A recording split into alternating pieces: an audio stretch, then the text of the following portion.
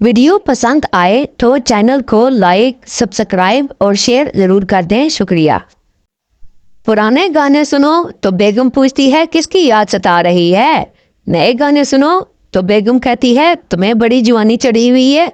एक दिन सुफियाना कलाम सुनते देखकर बोली लगता है जनाब को ताज़ा ताज़ा इश्क हुआ है। अब बंदा जाए तो जाए कहाँ। एक आदमी को साग बहुत पसंद था। वो रोजाना घर साग पकवाता। जब खाने बैठते तो वो हमेशा अपने बेटे से कहता बेटा खाना बिस्मिल्लाह पढ़कर शुरू किया करो वरना शैतान खाने में शामिल हो जाता है। लेकिन बेटा हर बार बिस्मिल्लाह कहना भूल जाता। एक दिन वो बिस्मिल्लाह कहे बगैर साग खाने ही वाला था कि शैतान खुद आ गया और रोते हुए बोला ओ कंजरा कदी ते बिस्मिल्लाह पढ़ लिया कर, साग खा खा के मैं मरन वाला हो गया वहाँ।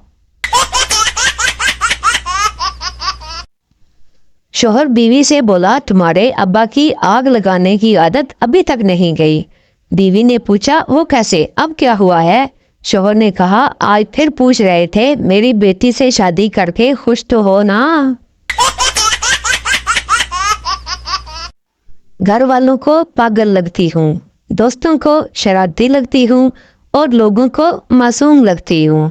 और अब आप बताएं आपको कैसी लगती हूँ।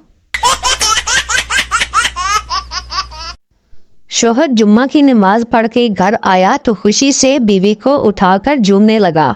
बीवी ने पूछा क्या हुआ, मौलवी साहब ने रोमांस पर खुतबा दिया है।